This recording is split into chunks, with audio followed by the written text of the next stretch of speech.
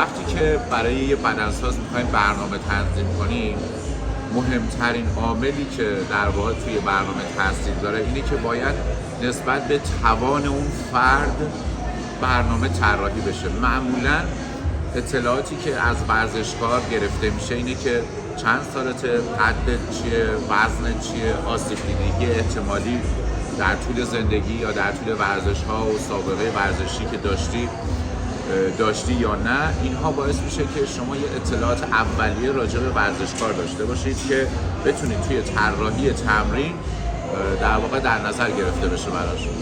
و بعدش میایم رو توان در واقع ورزشکار و اینکه آمادگی جسمانی ورزشکار چقدره و چه در واقع سیستم طراحی براش تمرین میکنیم. برای کسی که تازه وارد بدنسازی شده، یعنی استارت کارش رو میتونیم یه برنامه 2 ماه 3 ماهه براش تنظیم بکنیم که فول بادی تمرین کنه. بهترین تمرین برای یک آدمی که تازه وارد بدنسازی شده تمرین فول بادیه. وقتی یه آدمی که فول بادی تمرین میکنه قطعا همه عضلات رو با هم تمرین میده، با هم پرورش میده و این با هم تمرین دادنه باعث میشه که چند تا اتفاق خیلی خوب توی بدنش بیفته. یکی این که همون اول نقاط ضعف و قوت عضلات بدنش در واقع دیده میشه، یعنی که میفهمه تو چه عضله قویه، توی چه عضله ضعیفه، تقارنای بدن تو عضلات دیده میشه و اینکه این پیش زمینه خیلی مناسبیه به خاطر اینکه بتونیم بعداً بیای رو نوع طراحی برنامه تمرینی این فرد بیشتر توجه کنیم، چون اون دوره فول بادی رو گذرونده. و یکی دیگه از در واقع مهمترین مسائلی که برای کسایی که تازه وارد بدنسازی میشن اینه که بیام خودم تیپ بدنیمو بشناسم، بدونم من توی رشته بادی بیلدینگ موفقم، تو رشته فیزیکلاستیک موفقم، یک فیت مدل میتونم بشم، یه فیزیکار میتونم بشم، یه فیتنس کار میتونم بشم. همه اینها خیلی مهمه و من به عنوان یه ورزشکار قطعاً یه بحثش علاقمه. مثلا من به بادی بیلدینگ علاقه دارم، ولی مربیم و در واقع کسی که باهاش کار میکنم این تشخیص رو میده که آقا شما ژنتیک تیپ بدن به فیزیک کلاسیک نزدیک تره.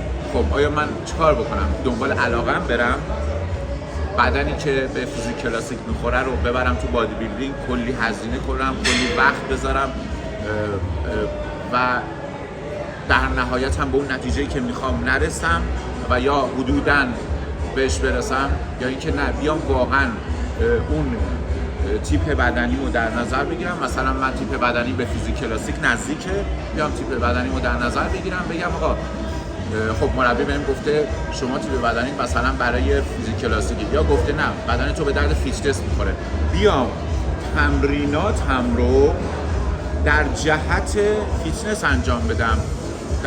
بدنم به فیزیک میخوره، بیام تمریناتم رو در جهت ببرم تو لاین فیزیک انجام بدم. حتی فیگورهام هم اون رشته‌مو بگیرم. منی که بادی بیلدینگم نیام فیگور فیزیک بگیرم، منی که فیزیکم نیام فیگور بادی بیلدینگ بگیرم. من خیلی از بچه‌ها رو دیدم که حالا مثلا رشته‌هاشون فیزیکه ولی تو فیگورای عادی گرفتنشون فیگورای بادی بیلدینگ رو میگیرن. اوکی خیلی خوبه یاد بگیری، بلد باشی، خیلی خوبه، ولی وقتی تو یه فیزیک کاری برو فیگور فیزیک رو بگیر، تهش رو در آخرتش بشو، نه اینکه بیا فیگور فیزیک کلاسیک رو بگیر، گیمز کلاسیک رو بگیر، فیگور فیتنس رو بگیر، بگو خب من فیگور فیزیک هم بلدم. نه، بهتره که تو هر رشته‌ای که هستین فیگورهای مربوط به اون رشته رو مدام بگیرید، انقدر تمرین کنید که بشه ملکه ذهنتون.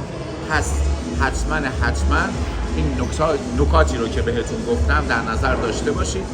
اگر میخواید بیاید بدنسازی همه این کارا لازمه. اوکی؟ بریم یه شیک پر انرژی برای قبل از تمرین تهیه کنیم.